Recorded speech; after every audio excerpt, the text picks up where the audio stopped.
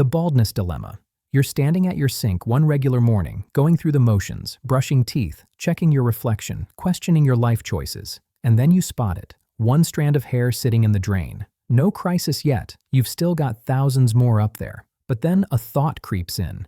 If losing one hair doesn't classify you as bald, and losing two hairs doesn't either, then where's the actual line? What's the magic number? After 100 strands? 500? 5,000? At what exact point do you transition from person with thinning hair to officially bald individual? Here's where it gets weird. No single strand appears to be the tipping point. But if you follow that reasoning all the way through, you'd have to conclude that even someone with literally 0 hairs remaining technically isn't bald, which is obviously ridiculous. They're clearly bald. Unless you're Bruce Willis, in which case bald is just your ultimate form. This gets called a Sorites paradox, and it demonstrates how imprecise language can completely mess with logical thinking. Baldness isn't some exact scientific metric. It's just a vague term we all kind of navigate through, which means depending on who you're asking, you might already qualify as bald. Apologies for that revelation. Drop a comment telling me how many strands you've got left before you officially join the club. The grandfather elimination problem. Let's fire up the DeLorean and discuss time travel for a minute. Picture this. You construct a time machine, not some sophisticated device. Yours resembles a broken appliance taped to garden equipment, but somehow it functions. You set the controls for 1920, and boom, you're standing face to face with your grandfather decades before he had children. Now, for reasons that probably shouldn't be examined too closely, maybe he gave terrible holiday presents, maybe you just never connected with him. You decide to remove him from the timeline. Nothing personal, Gramps, but you've been caught in a paradox. Here's the issue.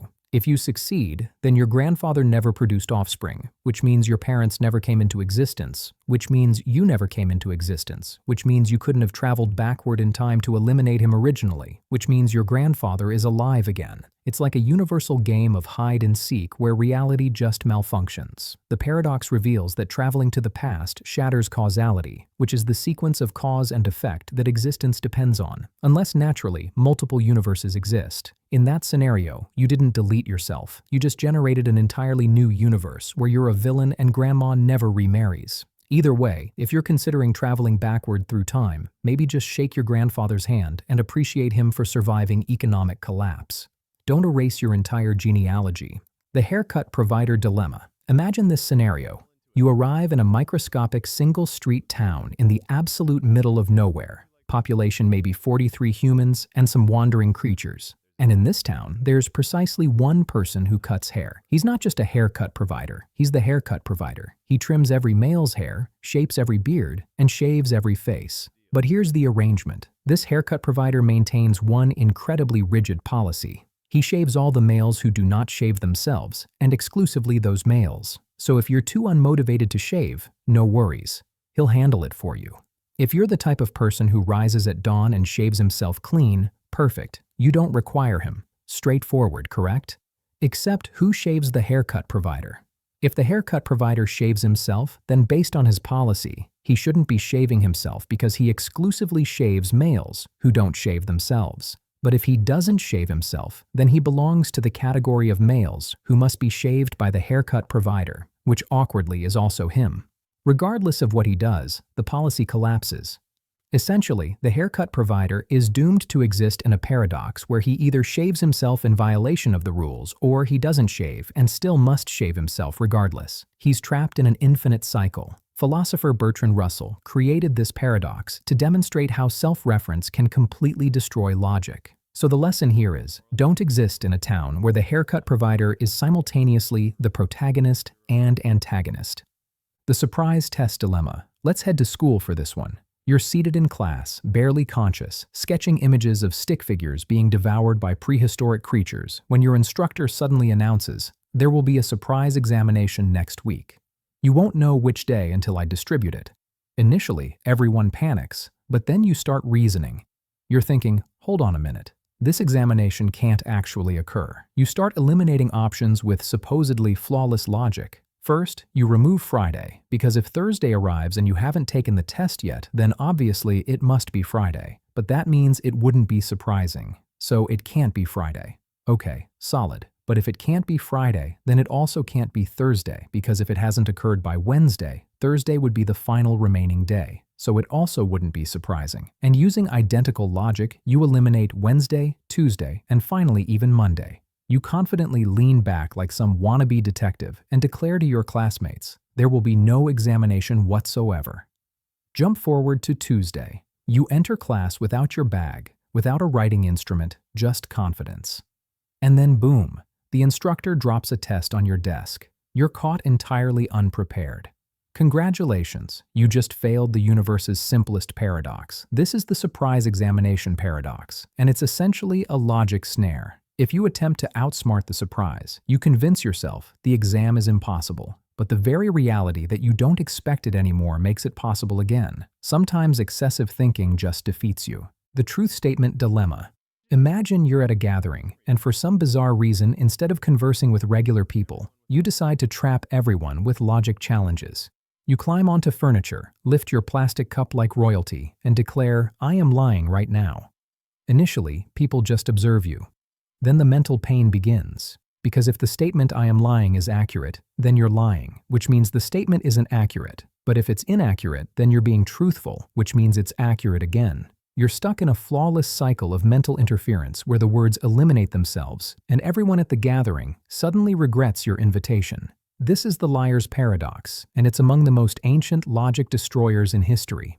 It traces all the way back to ancient Greece, where a philosopher named Epimenides, who amusingly was himself Cretan, stated all Cretans are liars, which immediately raises the question, if he's being truthful, then he must be lying. But if he's lying, then some Cretans must be truthful. And if you're not confused yet, congratulations, you're deceiving yourself. So if you're ever tempted to unleash this one at a gathering, just remember, it doesn't make you appear like a genius. It just makes everyone else quietly distance themselves from you. The undescribable contradiction. The term indescribable was invented so that nothing can genuinely be indescribable. Consider that one for a moment. The instant you label something indescribable, you've literally just described it. If it genuinely couldn't be described, you wouldn't be able to attach a classification to it originally. So either the thing isn't actually indescribable, or the term itself is deceptive. The game show door dilemma.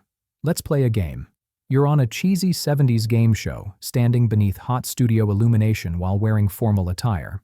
The host, Monty Hall, welcomes you with a massive smile and indicates 3 doors. Behind one door, a brand new vehicle. Behind the other 2, farm animals. You select a door, let's say door number 1. Monty, who knows what's behind all of them, opens another door, let's say door number 3, and reveals a farm animal. Then he observes you with his massive game show grin and asks, do you want to remain with your door or switch to the other one? Now here's where the paradox activates. Most people claim it doesn't matter. 2 doors remaining, 1 vehicle, 1 farm animal. It's 50-50, correct? Incorrect. Switching actually doubles your chances of winning the vehicle. If you remain with your initial selection, you only have a 1 in 3 probability. But if you switch, you've got a 2 in 3 probability. Why? Because when you initially selected, there was a 1 in 3 possibility you chose the vehicle, and a 2 in 3 possibility you chose a farm animal. Monty's revelation doesn't reset those probabilities. It just provides you extra information. If you selected a farm animal originally, which is twice as probable, switching rescues you. If you selected the vehicle, switching loses it. The mathematics says switching succeeds in the long run, and yet, even when people are informed the mathematics, most still stay with their instinct selection. That's the genuine paradox. Human brains despise probability. We'd rather cling to our initial poor decision than trust logic, which, come to consider it, explains relationships, financial trading, and nearly all permanent body art.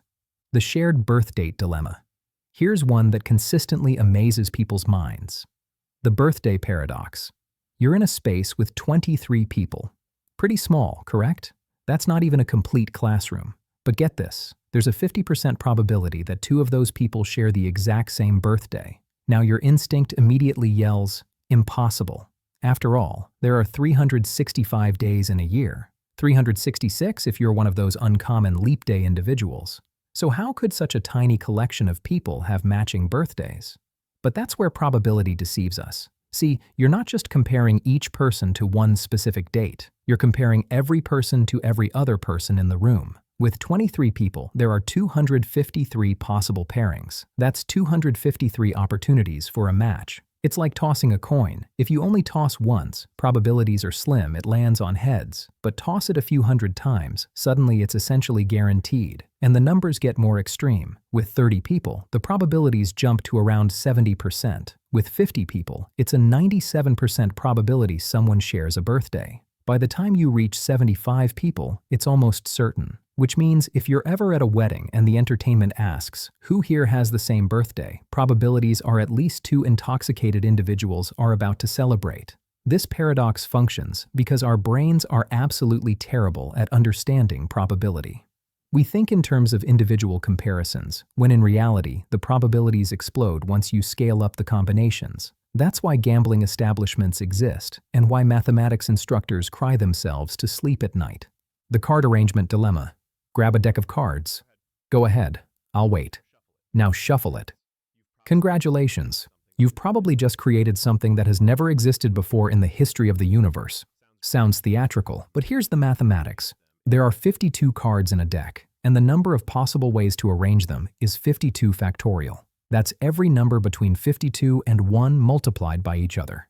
Calculate it, and you'll get an 8 followed by 67 zeros. To put that in perspective, that's more possible shuffles than there are atoms in our entire galaxy. So every time you shuffle a deck, probabilities are astronomically high that the exact sequence of cards in your hand has never existed before in the history of the universe. Not in Vegas, not in Monte Carlo, not in your family card nights, never. And the kicker, it will never exist again either. You just created a unique cosmic arrangement. This is the shuffling paradox. Something as simple and ordinary as mixing a deck of cards is actually one of the rarest, most unique events you will ever cause. You think you're just passing time, but mathematically speaking, you just accomplished something that will never occur again in all of existence.